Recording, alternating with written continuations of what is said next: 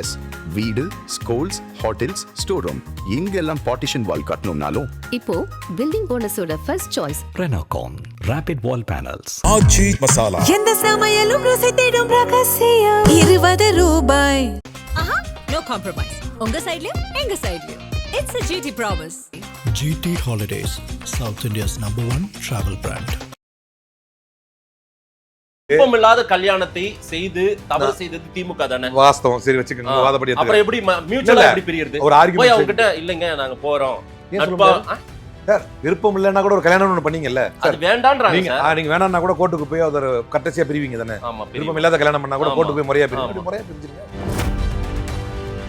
காங்கிரஸ் கூட்டணி வைக்க வேண்டும் என்பதை ஆரம்பத்திலிருந்து விரும்பிய தலைவர் ராகுல் காந்திக்கே என்னமோ விஜயுடைய ரசிகர் என்கின்ற இமேஜை தர வேண்டும் என்று நினைத்தவர்கள் அதை கச்சிதமாக செய்து முடித்தார்கள். அதோடைய விளைவு நாகரிகமே தெரியாத கட்சி காங்கிரஸ் சமூகத்துக்கு பேர் வந்து எதுக்கு எடுத்தாலும் பிஜேபி, நாட் பாதர், எதுக்கு எடுத்தாலும் பிஜேபி, நாட் வரிட். அது இது சார், இந்த ஃபார்முலா ஒர்க் அவுட் ஆகல. இந்த தேர்தலோட முடிஞ்சிருச்சு. இதை விட்டுட்டு திமுக இனி பாரு, நம்ம இப்ப ஐயா ஸ்டாலின் அவர்கள் கேக்குறாங்கல்ல, நம்ம எங்க தோத்தோம் என்னன்னு எம்எல்ஏ தப்பா இருந்தாலும் சொல்லுங்கன்றாருல. சும்மா பிஜேபின்றது இந்த ஃபார்முலா எடுபடாம போயிடுச்சு. 20 நாளைக்கு முன்னால வரைக்கும் வந்து மிஸ்டர் எம்.கே. ஸ்டாலினை வந்து யாரும் அசைச்சு பார்க்க முடியாது மேடையில பேசுறாரு துறையூர்ல.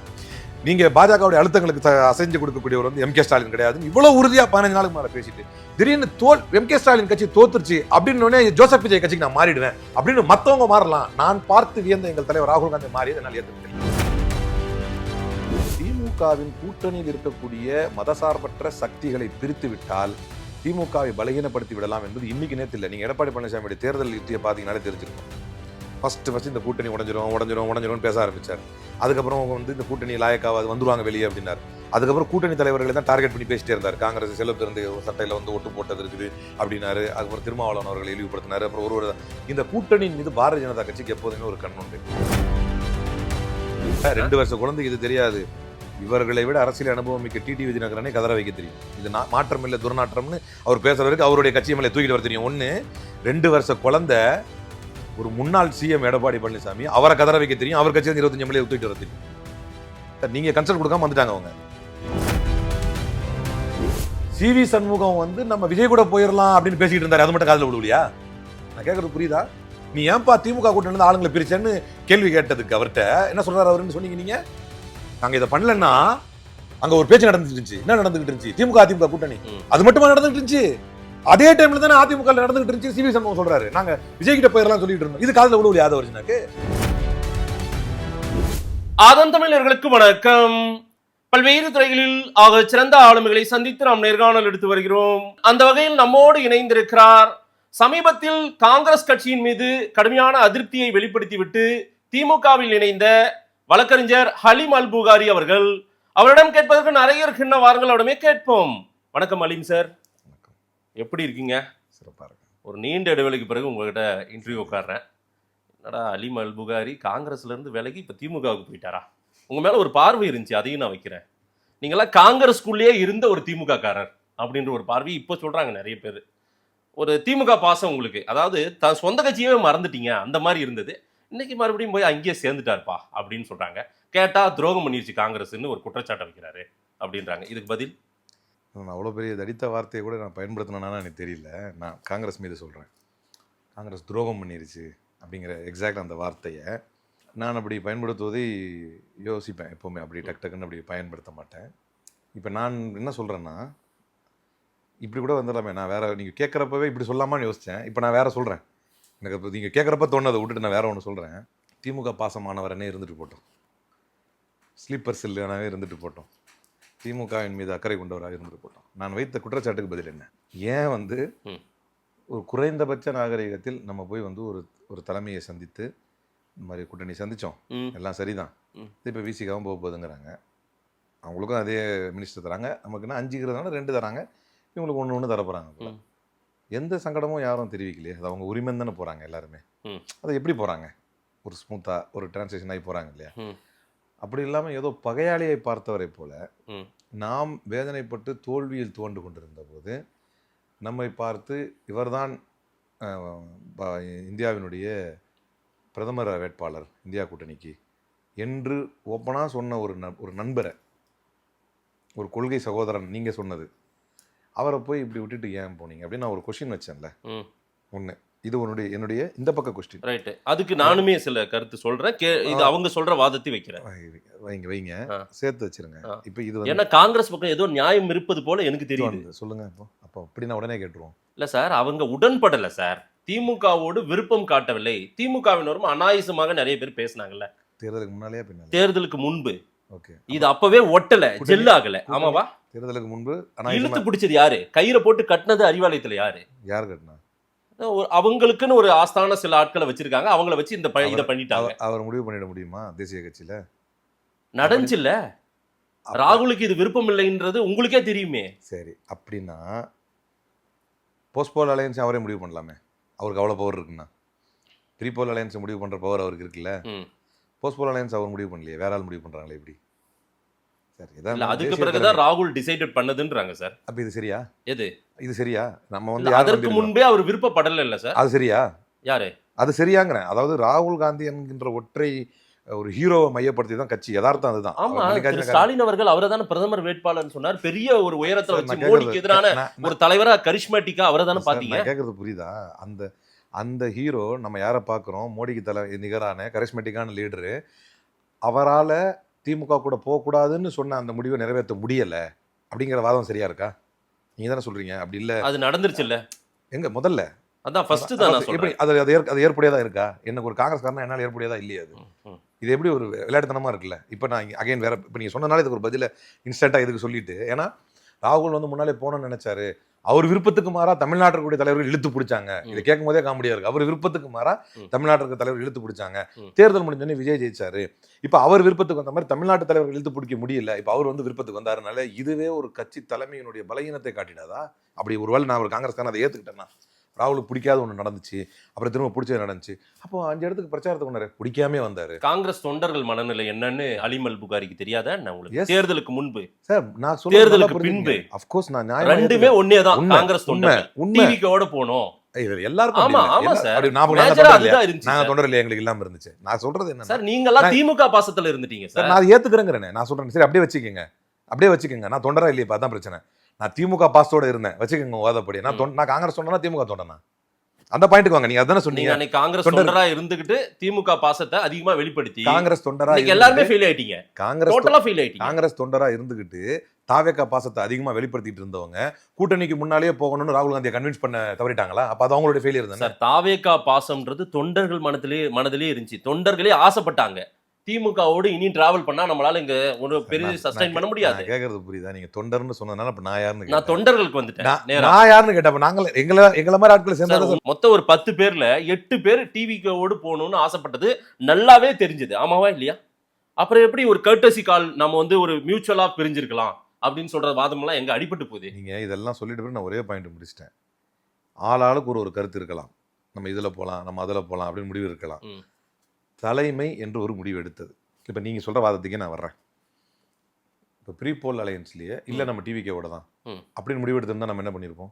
நீங்கள் போயிருக்கணும். அப்புறம் என்ன அதை அப்போ ஏன் செய்யலை? திரும்ப நீங்கள் என்ன சொல்கிறீங்கன்னா தொண்டர்களின் முடிவுக்கும் எதிராக, ராகுல் காந்தியின் முடிவுக்கும் எதிராக இங்க இருக்கவங்க இழுத்து பிடிச்சாங்க. இது வாய்ப்பு இங்க இருக்கிறவங்களும் இழுத்து பிடிச்சாங்க. திமுகவும் அந்த வேலையை செய்தது. திமுக சார் காங்கிரஸை இயக்கியதே திமுக அன்னைக்கு நாள்ல. ப்ரீபோல் எல்லாமே நீங்க சொல்றது எது ஹைபோதேசிஸ் நீங்களே முடிவு எடுத்தீங்க. இல்ல எனக்கு ஒரே குழப்பமா இருக்கு சார். தொண்டர் முடிவும் தாவேக்காக தான் இருந்துச்சுன்னு சொல்றீங்க, உங்களுக்கு தெரியும் அப்படிங்கிறீங்க. ஆமா, தலைவர் ராகுல் காந்தி முடிவும் தாவேக்காக தான் இருந்ததுங்கிறீங்க. நீங்க சொல்றீங்க 10ல 8 பேர் வந்து இந்த நிலைப்பாட்டை தான் இருந்தாங்கங்கிறீங்க. லாஸ்டா என்ன சொல்றீங்கன்னா அந்த 2 பேர் மட்டும் திமுக அலையன்ஸ் கன்ஃபார்ம் பண்றாங்கன்றீங்க. அப்ப இங்க ராகுல் காந்தி ரோல் இல்ல, அந்த 8 தலைவர்கள் ரோல் இல்ல, தொண்டர்கள் ரோல் இல்ல, ஆனா திமுக அலையன்ஸ்ல போயிருச்சு. நீங்க சொல்றதே ஏத்துக்கிறேன் சார். போயிட்டோமா? விருப்பம் இல்லாத கல்யாணத்தை செய்து தவறு செய்தது திமுக தானே. வாஸ்தவம். சரி வச்சுக்கோங்க, வாதப்படி. அப்புறம் எப்படி மியூச்சுவலா எப்படி பிரியறது? ஒரு ஆர்குமெண்ட் அவங்க கிட்ட இல்லங்க நாங்க போறோம் சார், விருப்பம் இல்லைன்னா கூட ஒரு கல்யாணம் ஒன்று பண்ணீங்கல்ல சார், வேண்டான்றாங்க. நீங்க வேணாம்னா கூட கோர்ட்டுக்கு போய் அதை கட்டசியா பிரிவீங்க தானே. விருப்பம் இல்லாத கல்யாணம் பண்ணா கூட கோர்ட்டுக்கு போய் முறையா பிரிச்சிருங்க. அதே முறையா சார். நான் கேட்டது ரொம்ப சிம்பிளான கொஸ்டின். இதோட நிக்கல. அங்க இருந்து ரிட்டர்ன்ஸ் மரியாதையும் அந்த அளவுக்கு உரிய மரியாதை கிடைக்கலன்றாங்க காங்கிரஸ் தரப்புல. எதுக்கு போய் சந்திச்சுட்டு போயிட்டு வரேன்னு சொல்றதுக்கா? என்ன சார் பேசுறீங்க? சந்திச்சுட்டு போயிட்டு வரேன்னு சொல்றதுக்கு எதுக்கு சார் மரியாதை? நீங்க போயிட்டு ஜஸ்ட் இந்த மாதிரி இருக்குதுங்க, நாங்க கூட்டணி மாறுறாங்கன்னு மத்தவங்க எல்லாம் பேசலையா? இல்ல நீங்க என்ன திமுகவுக்கு என்ன மாதிரியான ஒரு பெயிண்ட் பூசணும்னு நினைக்கிறீங்க? கூட்டணி வந்தாலும் மதிக்க மாட்டாங்க, தோத்துட்டாலும் மதிக்க மாட்டாங்க, போயிட்டு வரேன்னு சொன்னாலும் மதிக்க மாட்டாங்க. ஒரே வார்த்தையை வைத்து ஒருவரை காயப்படுத்துவது நியாயமா? சரி, இவ்வளவு தெரியுது உங்களுக்கு. அப்படிதானே திமுக ஹேண்டில் பண்ணிச்சு. அப்படி சார், அது வந்து நீங்க சொல்ற மாதிரி தாவேக்கா பாசம் கொண்ட சில பேர் அப்படி சொன்னாங்க காங்கிரஸ்ல. உங்க வாதப்படி வர்றேன். தாவேக்காவின் ஸ்லீப்பர் செல்லாக இருந்த சில பேர் சொன்னாங்க காங்கிரஸ்ல. இன்றைக்கு தாவேக்காவின் ஸ்லீப்பர் செல்லுகள் தாவேக்காவின் மீது அனுதாபம் கொண்ட தாவேக்காவோடு காங்கிரஸ் கூட்டணி வைக்க வேண்டும் என்பதை ஆரம்பத்திலிருந்து விரும்பிய தலைவர் ராகுல் காந்திக்கே என்னமோ விஜயுடைய ரசிகர் என்கின்ற இமேஜை தர வேண்டும் என்று நினைத்தவர்கள் அதை கச்சிதமாக செய்து முடித்தார்கள். அதோடைய விளைவு நாகரிகமே தெரியாத கட்சி காங்கிரஸ் சமூகத்தில் பேர் வந்துருச்சு. எப்படி சொல்றீங்க அப்படின்னு கேட்டா, முஸ்லீம் லீக் தெரிஞ்ச நாகரிகம், கம்யூனிஸ்ட் தெரிஞ்ச நாகரிகம், விசிகாவுக்கு தெரிஞ்ச நாகரிகம் இவருக்கு தெரியலையா அப்படின்னு ஒரு கிராண்ட் ஓல்டு பார்ட்டிக்கு இந்த அசிங்கத்தை ஏற்படுத்தினார். நான் அவ்வளவுதானே, அந்த மினிமம் ஒரு கட்டசி தான் நான் ஆரம்பத்தில் சொல்லிட்டு இருக்கிறேன். ஒண்ணு அதோட முடிக்கல, நான் அப்பதான் சொல்லிட்டு வரேன். தான் இந்த கொஸ்டின் நீங்க வந்ததுனால நான் உள்ள வந்துட்டேன் ஆன்சருக்கு. ரெண்டாவது என்னன்னா, யாரை நோக்கி போனோம்? சரி, தாவேக்கா. நான் என்ன கேட்டேன்னா, நம்முடைய கொள்கை என்ன, நம்ம எந்த பேஸ்ல வந்துகிட்டு இருக்கிறோம், நம்முடைய செக்யூலரிசம் அப்படிங்கிறதுல நம்முடைய அண்டர்ஸ்டாண்டிங் என்ன, தலைவர் ராகுல் காந்தியுடைய அண்டர்ஸ்டாண்டிங் என்ன, அவருடைய லாங் ரன் லீடர்ஷிப் என்ன, சரி அதோடு ஒத்து வந்த நம்முடைய ஐடியாலஜி என்ன அப்படிங்கிற போதுதான் ஒன்றன் பின் ஒன்றாக இப்ப வந்து ஒண்ணு இல்ல, அது எல்லாமே தாவேக்கா கிட்ட இருக்கு. அப்படியா? நீங்க எதிர்பார்க்கிற எல்லாமே அப்படியா? திமுகவுல இருக்கிற எல்லாமே தாவேக்காவுல இருக்கா? சரி, ஓகே. கிரீஷ் சோடங்கர் வந்து ஒரு லெட்டர் எழுதுறாரு.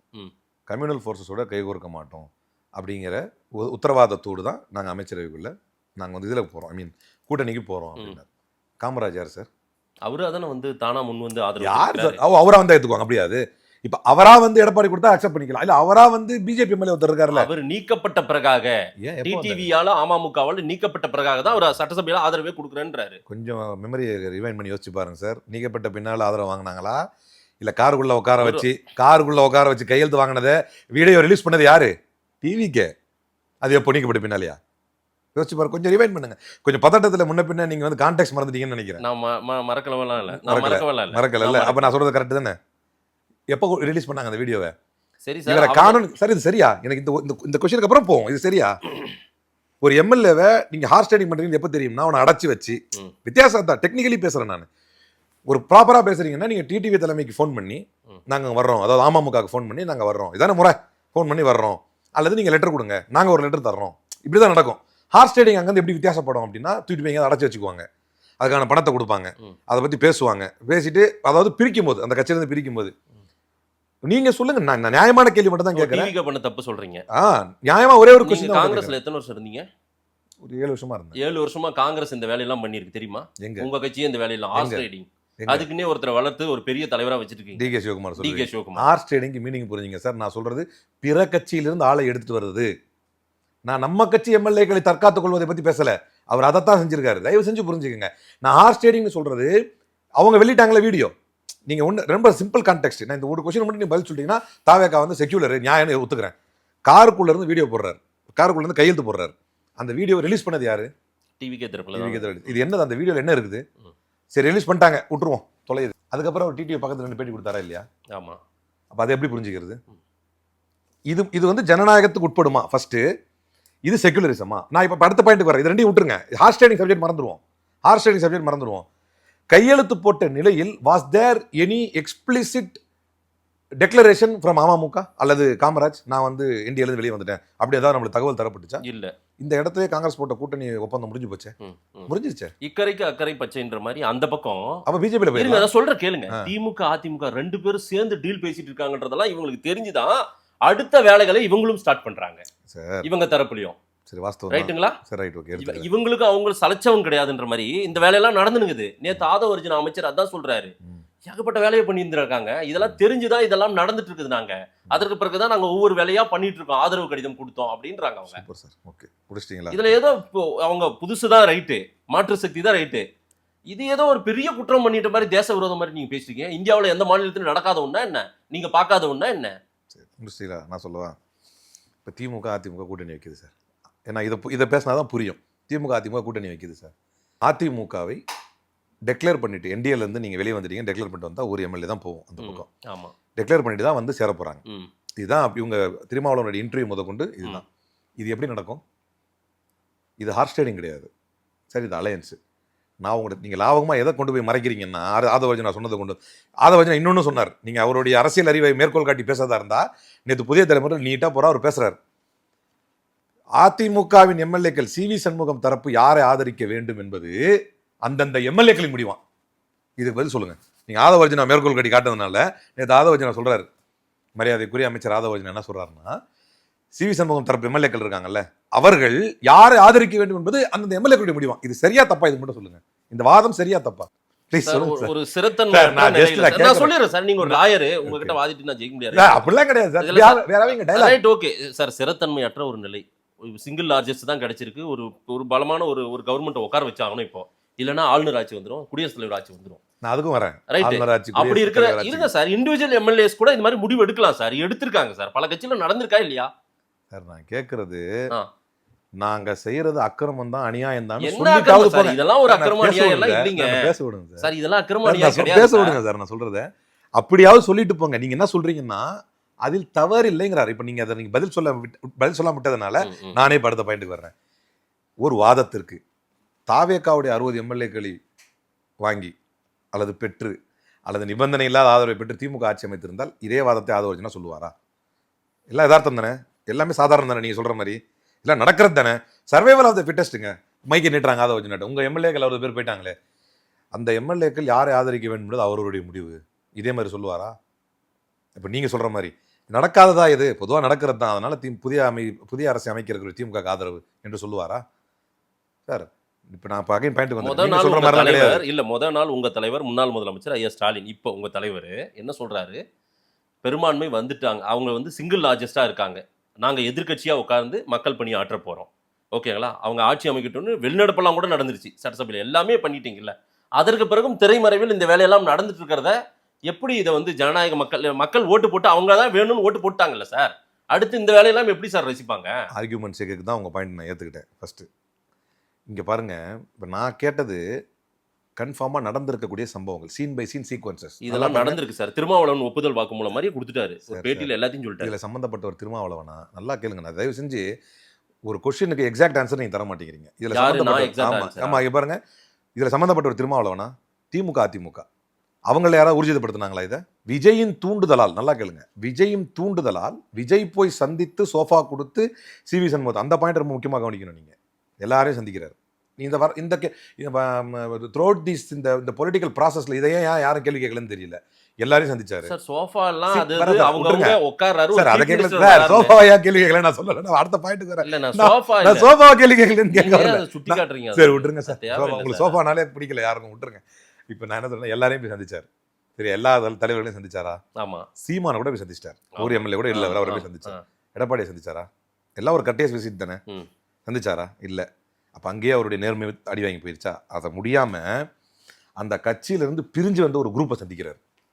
இது சரியா? ஒரு ஜனநாயக நீங்கள் சொல்கிறது, இப்போ நீங்கள் சொல்லிட்டீங்க ஒரு வாதத்தில், இதுக்கு முன்னாலே ஒரு வாதம் சொல்லி முடிச்சிட்டீங்க. இது எப்பவுமே நடக்கிறது தான் சார், இது யதார்த்தமாக நடக்கிறது தான் சார், அவங்கவுங்க ஜெயிக்கணும் சார். நான் உங்களுக்கு பதில் ஒரே ஒரு கேள்வி தான் கேட்குறேன், எப்பவுமே நடக்கிறது தான், யதார்த்தமாக நடக்கிறது தான் சார். திமுக அதிமுக கூட்டணி சார் தப்புனா கேட்டானே செய்வீங்க? அது தமிழ்நாட்டு அரசியலுக்கு ஒத்து வராது சார். இது ஒத்து வருமா தமிழ்நாட்டு அரசியலுக்கு? இது ஒத்து வருமா? வழினா வந்து ஆதரவு கொடுக்குறன்னு ஒருத்தர போய் கர்டசிக்கு போய் மீட் பண்றதுல என்ன தப்பு? வழிய வந்து அவர் ஆதரவு கொடுத்தாரா, கட்சியை உடைச்சிட்டு வான்னு போய் ஆதரவு கொடுத்தாரா? யார் உடைச்சிட்டு வர சொன்னது? விஜய் எல்லாம் உடைச்சிட்டு வர சொன்னாரா? அப்ப எடப்பாடி போய் பார்க்கல? பதில் சொல்லுங்க சார். ஒரு பெரிய பிரச்சனை நடந்துட்டு இருக்கு சார். இந்த கலைபரத்துக்கு நடுவுல அந்த தலைவர் பிரச்சனைக்கு மத்தியில் தலைவர்களை சந்திக்க கூடாது, ரெண்டு பேரையும் பார்க்க கூடாது. வேற நேரம் கேட்டிருக்கலாம், எடப்பாடி நேரம் கொடுத்திருக்க மாட்டார். Again hypothetical. நான் கரெக்டாக நடந்தது பேசிட்டு இருக்கேன். நீங்க எங்க போய் தஞ்சம் அடைறீங்க பாத்தீங்களா? நீங்க போறது எல்லாமே ஹைபோதெட்டிக்கல் தான். திமுக கூட்டணி எடப்பாடி கேட்டிருப்பார், தந்திருக்க மாட்டாங்க. நான் நடந்த சம்பவங்களை ஃபேக்டா சொல்லிட்டு இருக்கிறேன். இதெல்லாம் நடந்தது, ஒன் ஆஃப்டர் அனதர் எல்லாம் நடந்திருக்கு, கண்ணுக்கு முன்னால் நடந்துச்சு. சோஃபா கூட நீங்க வேணான்றனால நான் தவிர்த்துட்டேன், ஆனா கண்ணு முன்னால் நடந்துச்சு. அது சோஃபா உட்கார்றதுக்கு போன சோஃபா சார், அவ்வளவுதான். இதுல வேற ஏதாவது நினைச்சீங்களா? இல்ல நீங்க வேற ஏதாவது நினைச்சீங்களா? நீங்க தான் சார் பாயிண்ட் பண்ணி தவிர்க்கிறீங்க. அவர் வந்து விஜய் சாருடைய ஸ்டைல் என்ன பண்ணாருன்னா, எல்லாருக்கும் சோஃபா வந்து கொடுத்து அன்பா உட்கார்ந்தாருன்னு நான் சொல்ல வந்தேன். நீங்க வேற ஏதாவது மீன் பண்ணி தான் அது வேணாங்கிறீங்க. என்ன ஒரு சோஃபா கூட அவங்களால வாங்கி போட முடியாதா என்ன? அன்பளிப்பு சார், அன்பளிப்பு வந்து தவிர்க்க கூடாதுல்ல, அதுக்காக சொல்ல வந்தேன் சோஃபா. அப்போ நான் பாருங்க, நீங்க எதுவெல்லாம் திராவிட முன்னேற்ற கழகத்துக்கு எதிரான வாதங்களாக வைக்கப்பட்டதோ அனைத்துமே ஹைபோதெட்டிக்கல். இப்ப அந்த ஹைபோதெட்டிக்கலுக்கு கூட நான் ஒரு உதாரணம் சொல்றேன். காங்கிரஸ் எந்த தப்பும் பண்ணலன்னு நான் சொல்றதுக்கு ஒரு கேள்வி இருக்கு சார். சொல்லுங்க சார். அவங்களுக்கு பிடிக்காத ஒண்ணுத்த இதெல்லாம் நடந்து போச்சு, சரி இனி அவங்களோட போயிட்டு நம்ம கை குளிக்கோ பேசியோ பரஸ்பரமோ இதெல்லாம் வேண்டாம், போறதுன்னு முடிவு பண்ணிட்டோம், பாப்பா நேரா போயிடலாம் அப்படின்னு அவங்க டிவிக்கோட போயிட்டாங்க. இதுல எதுக்கு இதெல்லாம் எதிர்பார்க்கணும்? திமுகவும் எதிர்பார்க்கல, அலீம் அல் புகாரி ஏன் இதை ப்ராசஸ் பண்ணணும்னு நீங்க ஆசைப்படுறீங்க?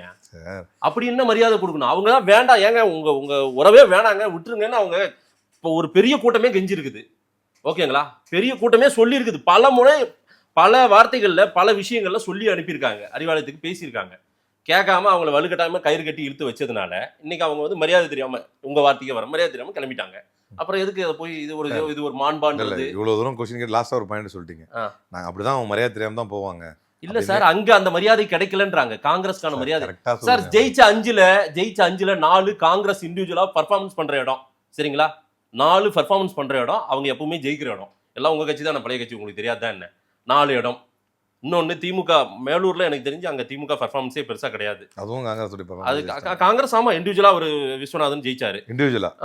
ஒன்னே ஒண்ணு இல்ல சார், மயிலாடுதுறை சொல்றீங்க அட்வொகேட் பேசணும். உங்க வாதத்தை நீங்க ஒரு அனுபவசாலிங்கிறதுனால என்ன பண்றீங்கன்னா, ஒரு வாதத்தை முன்வைக்கும் போது அதுல நீங்களே ஒரு எக்ஸ்ட்ரா ஃபிட்டை வந்து போட்டுட்டு அதை என் பக்கம் தள்ளி இருக்கு பதில் சொல்லுங்கிறீங்க. விஸ்வநாதன் தனியா ஜெயிச்சிட்டாரு, திமுக எஃபர்ட் எல்லாம் ஜெயிச்சிட்டாரு. அப்படின்னு நீங்க சொல்லும் பட்சத்துல அந்த அளவுக்கு நான் என்ன சொல்றேன்னா, இவைகள் எல்லாம் உண்மை எனும் பட்சத்தில் நான் இப்போ இதெல்லாம் விட்டுருங்க, ஆர்குமெண்ட்லாம் விட்டுருங்க.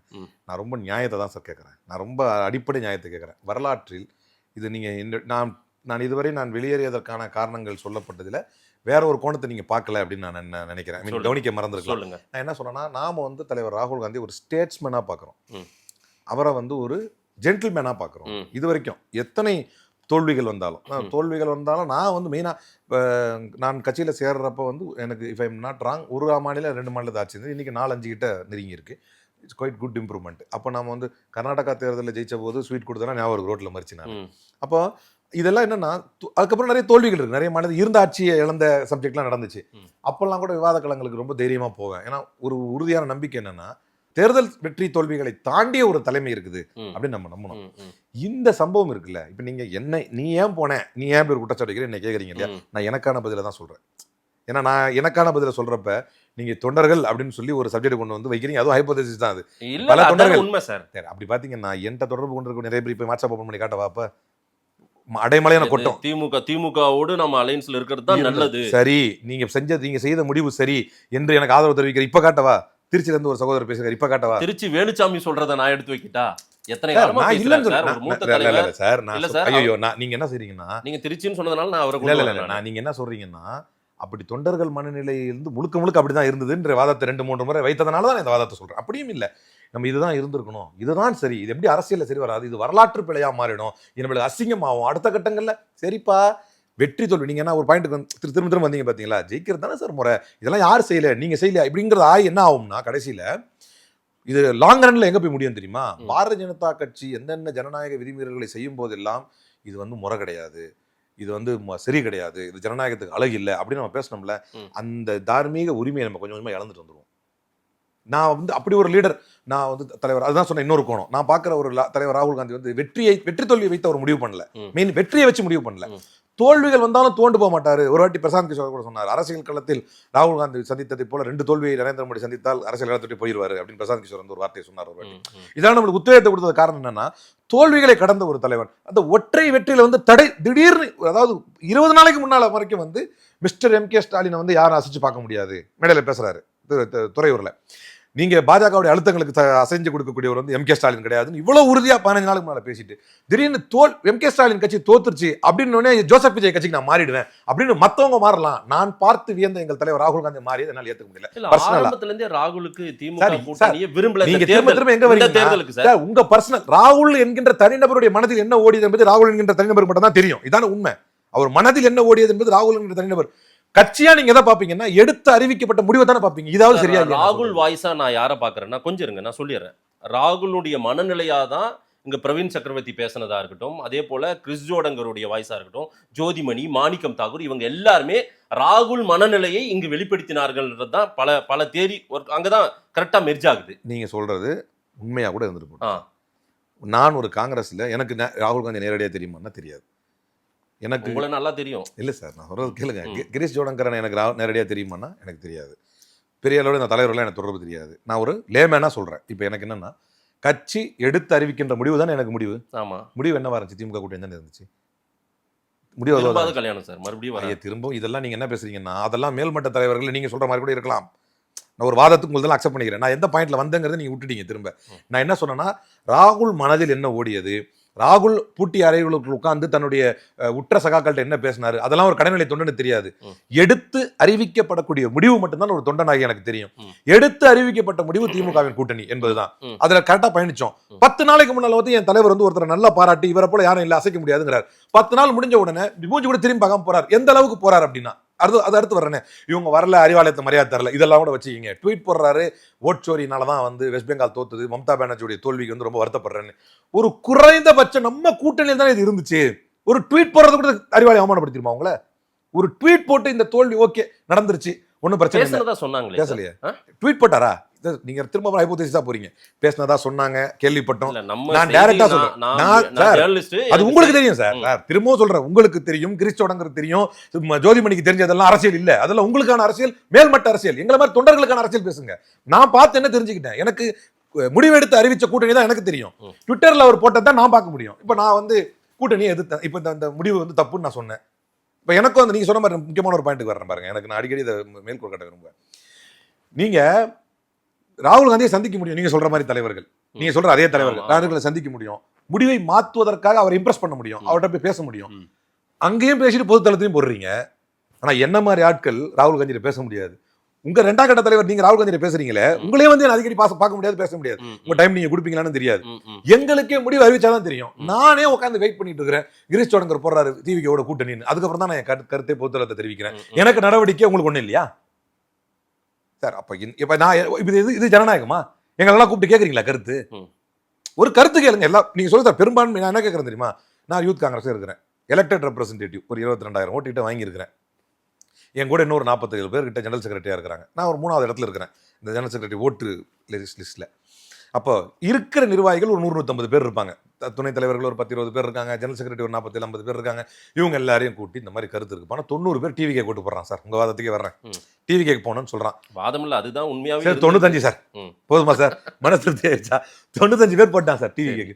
99 பேர் போட்டான் சார் டிவி கேக். நான் ஒருத்தன் மட்டும் டிஎம் கேக் போலான்னு சொல்றேன் சார் ஒரு வாதத்துக்கு. அப்போ எனக்கு பார்க்கும்போது இந்த ஜனநாயக போக்கு இருக்குல்ல, சரி இவ்வளோ பேர் ஆதரவு தெரிவிக்கிறாங்க, அதுதான் சரி. அப்படியாவது தோணி இருக்கும்ல. அப்படி ஒரு வாய்ப்பு இல்லைல்ல எங்களுக்கு. இந்த நியாயத்தோட எதுக்க மாட்டீங்களா? இப்போ மற்றதெல்லாம் கூட விட்டுருங்க. அவங்க யார் மனசாட்சியா பேசுனாங்க அதெல்லாம் விட்டுருங்க. போறோம், உழைக்கிறோம், சொல்றவன் 1000 பேசுவான் சார். ரோட்ல நின்று பொறுக்கிறவனுக்கு 1000 வேலை இருக்கும். 1000 பேர் நம்மள அவதூறு பேசுவான். நான் எங்கு நின்றாலும் கருத்தியல் ரீதியாகவும் அரசியல் கொள்கையோடும் இப்படித்தான் நிக்கணும் அப்படிங்கிற தெளிவா இருக்கிறேன். நான் எங்க நிக்கணும், இப்படிதான் நிக்கணும் அப்படின்னு எனக்குன்னு ஒரு பாதை வச்சிருக்கேன். அதை நான் நியாயம்னு சொல்றேன். அதுக்கு வந்து நான் வைக்கிற பாயிண்ட்டுக்கு பதில் சொல்ல முடியாம நம்மை வந்து பர்சனலா அட்டாக் பண்ணி இழிவுபடுத்தி ஏதாவது ஒரு மாத்தி சொல்லிட்டா, இதுக்காக தான் போனா அதுக்காக தான் போனா ஏதாவது சொல்லிட்டா இவனை இழிவுபடுத்திட முடியுமான்னு நினைக்கிறது தான் தப்பு. அவர் இந்த கொள்கையும் இந்த சமூக நீதியையும் அதே போல இங்குதான் மதசார்பற்ற அணி கூட தான் உறவு வைக்கணும்ன்றத அப்படின்னு முடிவு பண்ணி கடிதம் எங்க கொடுத்தாரு ஃபர்ஸ்ட். சரி சரி, அவருக்கு சரியான ரூட்ல முதல்ல ஆதரவு கடிதம் கேட்டாரு. அதுல ரொம்ப பாசமா இருந்த காங்கிரஸ் போயிட்டாங்க, அவ்வளவுதான், வேற ஒண்ணும் கிடையாது. அப்ப நான் ஒரு டவுட் ஒன்று கேட்கறேன். கவர்னர் அரசமை இவங்க போயிட்டு சிங்கிள் லார்ஜஸ்ட் மெஜாரிட்டி கொடுக்காம அந்த கோலிஷனோட கொடுத்துட்டாங்கன்னு சொன்னாங்க. அதெல்லாம் சும்மா கிளரிக்கல் எரர் தான் வைங்களேன். ஒரு விஷயம் நீங்களும் ஒத்துக்குவீங்க, நானும் ஒத்துக்குவேன். என்னன்னா அந்த நேரத்தில் கவர்னர் இவங்களை ஆட்சி அமைக்க கூப்பிடுற மூட்ல இல்லை. கரெக்டா தெரியும். அதான் இல்லைன்னா அவர் கூப்பிட்டுருக்கலாம். ஏன்னா மரபுன்னு ஒன்று இருக்குது, அவருடைய டிஸ்கிரிப்ஷன் ஒன்று இருக்குது. மரபின் அடிப்படையில் அவர் கூப்பிட்டுருக்கணும். கூப்பிடல. ஏன் கூப்பிடல? அவர் ஆட்சி அமைக்க கூப்பிட்ற ஐடியா அவருக்கு இல்லை. இதுதான் உண்மை. அதுக்கு பிறகு இவங்க என்ன பண்ணுறாங்கன்னா, ஐயோ ஜனாதிபதி ஆட்சி வந்துடுற போது முஸ்லீம் லீக் ஆதரவு கொடுங்க அப்படிங்கிற ஒரு நெருக்கடியை திமுக கூட்டணிக்கு கொடுக்குறாரு.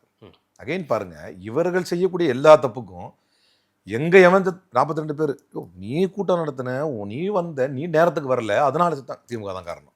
இதுக்கு திமுக தான் காரணம். எவனோ ஒருத்தன் கண்ணாடி பாட்டில் எடுத்து ஆதவர்ஜினா கூட்டத்தில் அடிச்சிட்டான், அப்புறம் பார்த்தா தாவேகரனை கைது பண்ணிட்டு போறாங்க, இதுக்கும் திமுக தான் காரணம். இப்படி சொல்லிட்டே வந்தவங்க அதிமுகவோட கூட்டணி அமைத்து தேர்தலை சந்திக்க நினைக்கிறது அப்படின்னு ஒரு இல்லாத ஒரு புழுகு முட்டியை அவுத்து விட்டு ஒரு நெருக்கடி இந்த பக்கம் கொடுத்துட்டு பாஜகவோடு தங்களுக்கு இருக்கக்கூடிய நெருக்கடியை பயன்படுத்தி ஆளுநரை வைத்து இவர்கள் நெருக்கடி தந்தார்கள் அப்படின்னு நான் சொல்கிறேன். எப்படின்னா, முதல்ல ஆளுநர் வந்து முடியாதுங்கிறார். இவங்க போய் எல்லாத்தையும் பண்ணிட்டு வந்துட்டாங்க. இதுக்கு இடையில ஒரு மிகப்பெரிய குற்றச்சாட்டு வந்து விட்டது, ஹார்ஸ் ட்ரேடிங் குற்றச்சாட்டு.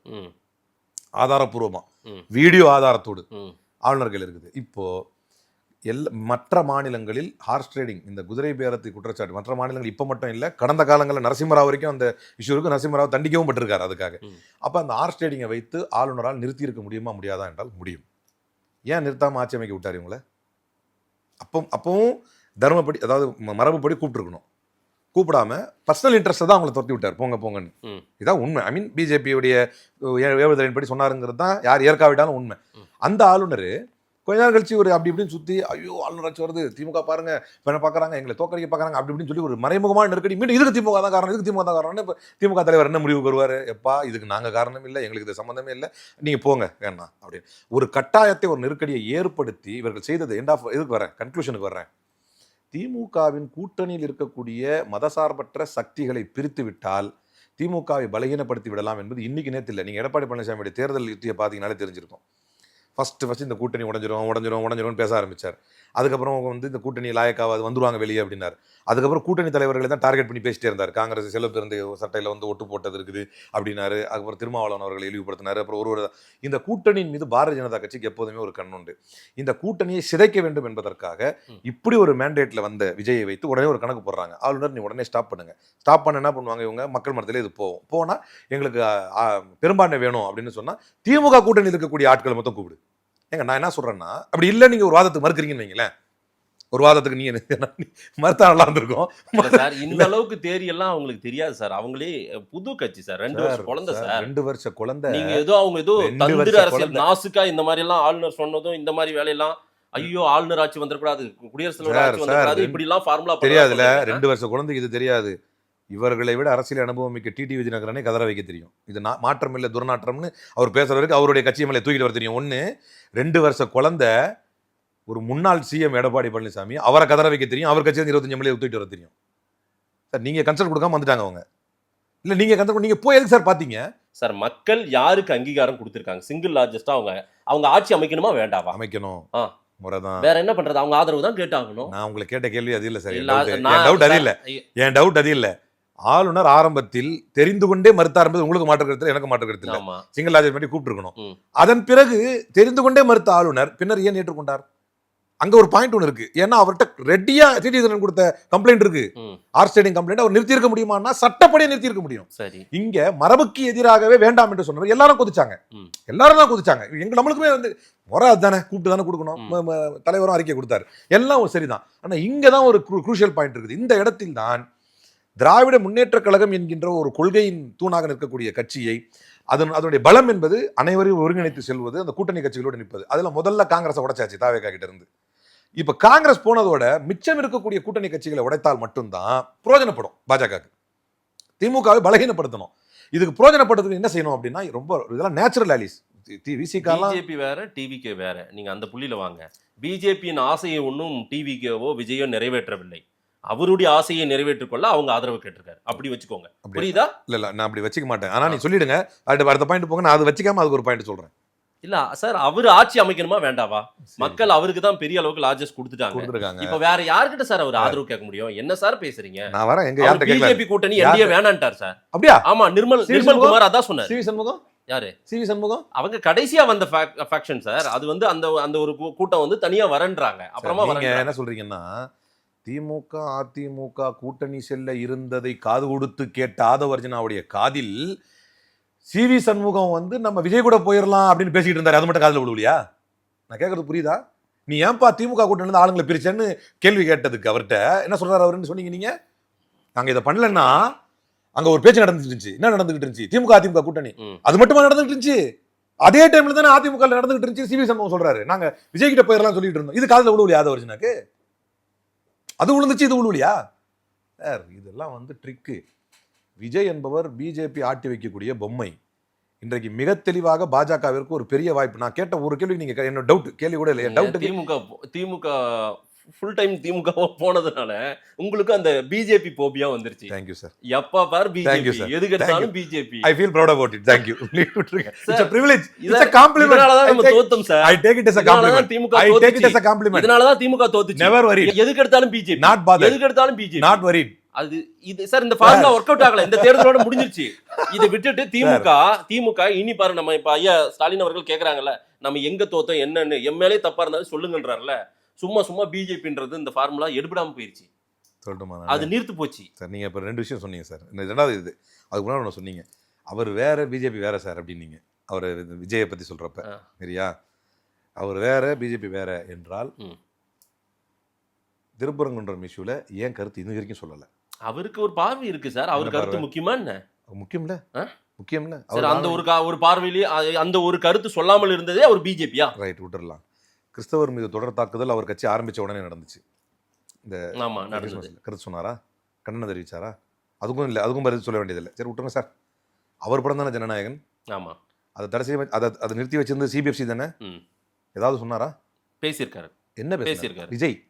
விஜய் விஜயே பேசியிருக்காரு. பேசினாரு? என்னுடைய ஜனநாயகன் ரிலீஸ் ஆகாமத்துக்கும் ஒரு காரணம் இருக்குது, ஒரு பிரச்சனை காரணம் இருக்கு. பிரச்சனை ஆமா. இருக்கு. அது போதும்ல. ஆ. அது நம்மளே முடிஞ்சு பண்ணி தான் பிஜேபி எதிர்த்து பேசினாருன்னு. சார் நான் கேட்குற கேள்வி நீ ஆரம்பத்துல இருந்தே ஹைப்போதெட்டிக்கலா வந்து நான் hypothetical ஆ இல்ல சார். அதெல்லாம் இல்ல இல்ல சார். சார் நான் என்ன கேட்கறேன், நான் விட்டுருங்க. சரி சார் அவரு சரி, அவரெல்லாம் விஜய் எதிர்பார்க்கறதெல்லாம் அவர் பேச முடியாது. ரைட், அப்ப சரி சார், சந்தோஷம். ரைட் விட்டுருங்க. இப்போ அடுத்த பாயிண்ட்க்கு வர்றேன். எடுப்படாதா சார், ஒன்று நல்லா புரிஞ்சுக்கங்க. சும்மா விஜய் எதுக்கு எடுத்தாலும் பிஜேபி சொல்றது எடுப்படாது. Right right right sir. Right.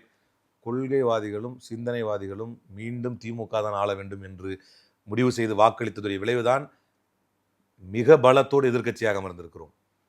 சிறுவர்களும் சிறுமிகளும் இளைஞர்களும் இன்ஸ்டாகிராம் மோகத்தில் இவர் என்ன செய்வார் என்றே தெரியும். உதாரணம் சொல்றேன். நேற்று நீங்களாம் பார்த்துருப்பீங்க. ஒரு அம்மா வந்து சொல்லுது, திமுக வந்து எங்களுக்கு இப்படிலாம் அநியாயம் பண்ணுது. ஏங்க உங்க எம்எல்ஏவே தாவேக்காங்க, நீங்க போட்ட இருந்தாலும் பரவாயில்ல, அவர் ஏன் வரல? இந்த மாதிரி அப்பாவிகளுடைய வாக்கை பெற்றுதான் வந்துட்டாங்க. இப்போ திமுக தலைவர் ஆய்வு பண்றாரு, என்ன பண்ணலாம்னா இதைத்தான் ஆய்வு செய்கிறார். இந்த அப்பாவிகள் பாவம் போய் மாட்டிக்கிச்சிங்களே இப்படி ஓட்டு போட்டு, இவர்களை என்லைட்டன் பண்ணி கொண்டு வரதுக்கு நம்மகிட்ட ஒரு வழி இருக்கணும்.